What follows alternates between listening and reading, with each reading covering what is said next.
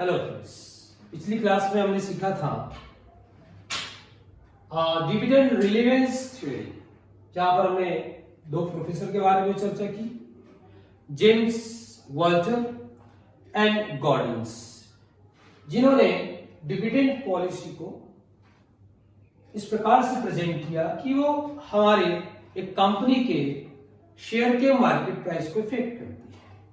लेकिन हमारे जो तीसरे प्रोफेसर है मोदी, गिलानी एंड मिलर्स, इनका कहना है कि dividend policy does not effect the market value of share, value of the firm. Okay, for that अब कैसे इसको हम प्रूफ करने के लिए हम इस प्रकार से एक एग्जांपल ले रहे हैं।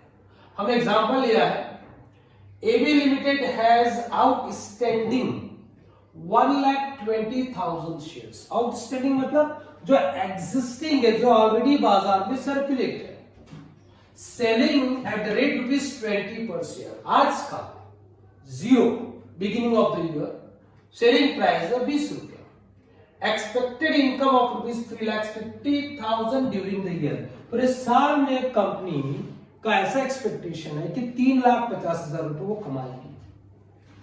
Dividend at the end of the current year, current year के एंड का डिविडेंड ₹2 पर शेयर।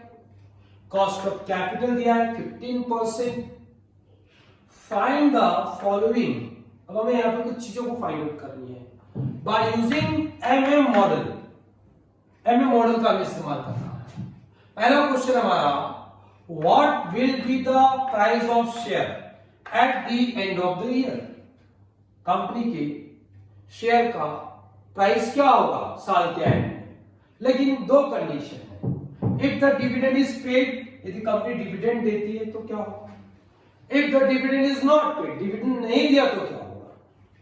उसके अलावा दूसरा क्वेश्चन है हमारा, how many new share must the company issue if dividend paid to acquire investment ₹7,40,000। अब क्योंकि कंपनी को अपने प्रोजेक्ट को एक्सपांड करना है, जिसके लिए कंपनी को ₹7,40,000 की जरूरत है, और यदि कंपनी डिविडेंड पेड करती है तो कंपनी को कितने नए शेयर इश्यू करने पड़ेंगे जिससे कंपनी इस रिक्वायरमेंट को, इस जरूरत को एक्वायर कर सके। ओके, तो सबसे पहले हम चलते हैं पहले क्वेश्चन की ओर। Market price, market price of the share at the end of the year. At the end of the year company के मार्केट शेयर का मार्केट प्राइस क्या होगा। तो इसमें दो शर्त है। पहला, if the dividend is paid, if the dividend is not paid. तो सबसे पहले हम फॉर्मूले की ओर चलते हैं। फॉर्मूला है हमारा MA model, P0 equals to D1 plus P1 divide by 1 plus KE।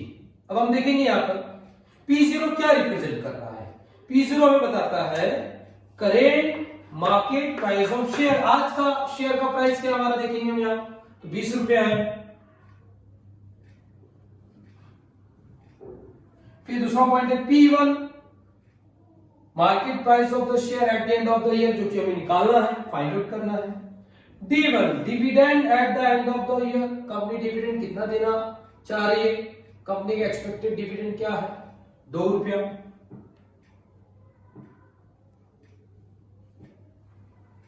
KE, that is the cost of equity capital. Cost of equity capital है 15% और 0.15। इसको आगे बढ़ाते हैं। अब क्योंकि हमें दो बार मार्केट प्राइस निकालना है, पहली शर्त है डिविडेंड इज पेड, दूसरा है डिविडेंड इज नॉट पेड। तो अब इस फॉर्मूले में हम वैल्यू फिट करेंगे। ओके, नाउ देयरफॉर P0 है हमारे पास 20 इक्वल्स टू D1 हमारे पास है ₹2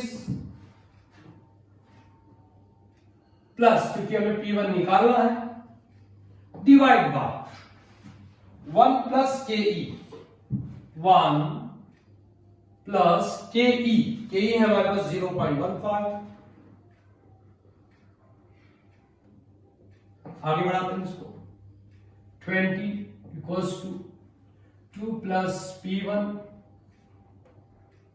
1.15 15 जोड़ दिया हमने इसको। अब इसको हम क्रॉस मल्टीप्लाई कर देंगे। अब यदि हम क्रॉस मल्टीप्लाई करते हैं इसको तो हम देखेंगे 20 का मल्टीप्लाई कर देंगे हम 1.15 से। 20 इंटू 1.15 यह आता है 23 इक्वल्स टू 2 प्लस P1। अब हम ट्रांसफर करेंगे वैल्यू को। Now therefore P1 equals to 23। अब क्योंकि 2 जब हम ट्रांसफर करेंगे तो प्लस से वो माइनस हो जाएगा,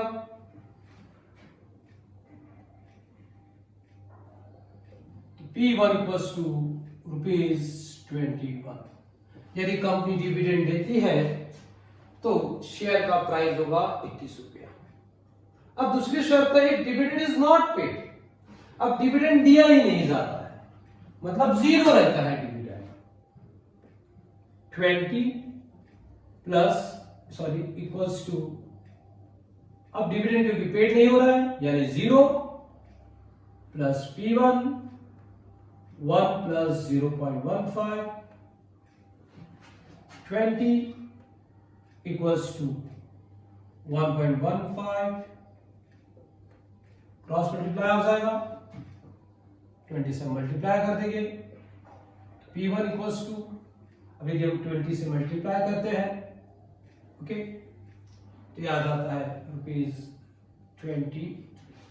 तो आप देख रहे हो यदि कंपनी डिविडेंड देती है तो प्राइस 21 रुपए है और डिविडेंड नहीं दिया तो प्राइस 23 रुपए है। ओके ये आ गया हमारा मार्केट प्राइस। लेकिन एक क्वेश्चन और हमारे पास, क्योंकि कंपनी को 7,40,000 की जरूरत है तो हमें बताना है कि कंपनी को ऐसे कितने नए शेयर इश्यू करने पड़ेंगे। लेकिन क्योंकि 2 बार हमने शेयर का प्राइस निकाला है तो उसकी शर्त दी गई है कि यदि कंपनी डिविडेंड पेड करती है। हमारा जो क्वेश्चन था इफ डिविडेंड पेड,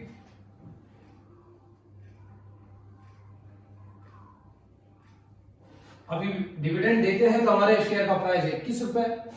ओके अब नया शेयर इश्यू करना है तो उसका फॉर्मूला हमारा बनेगा delta N equals to I minus under bracket E minus N multiplied D1 bracket close whole divided by P1।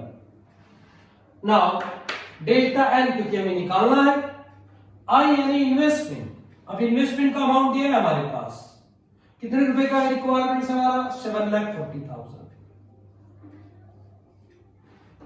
Okay हम इसको सीधा फॉर्मूला में फीड करते हैं।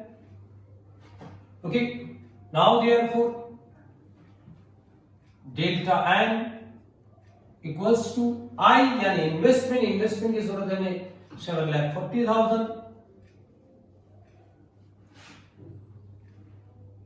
माइनस अर्निंग हमारे पास देखते हैं कितना है, एक्सपेक्टेड अर्निंग है 3,50,000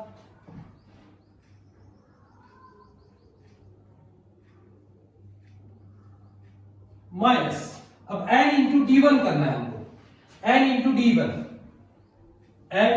इक्वल्स टू n यानी हमारे पास शेयर कितने एग्जिस्टिंग 1,20,000 शेयर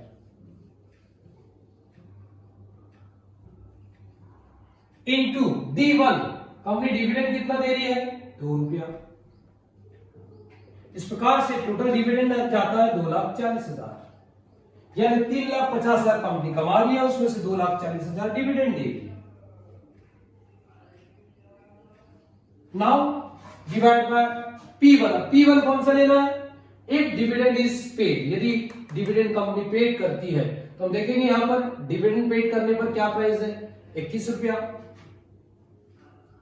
अब इसको हम सॉल्व कर लेते हैं, 7,40,000 माइनस, अब 3,50,000 में से यदि हम 2,40,000 घटा दें तो हमारे पास बचता है 1,10,000 डिवाइड बाय 21।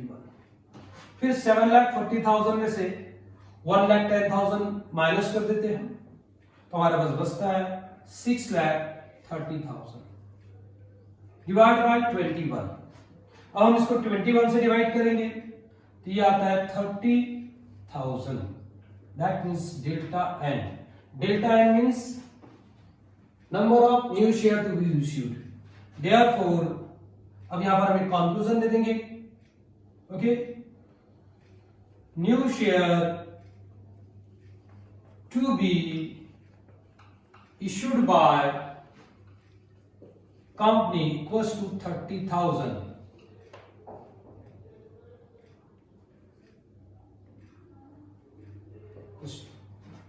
Okay.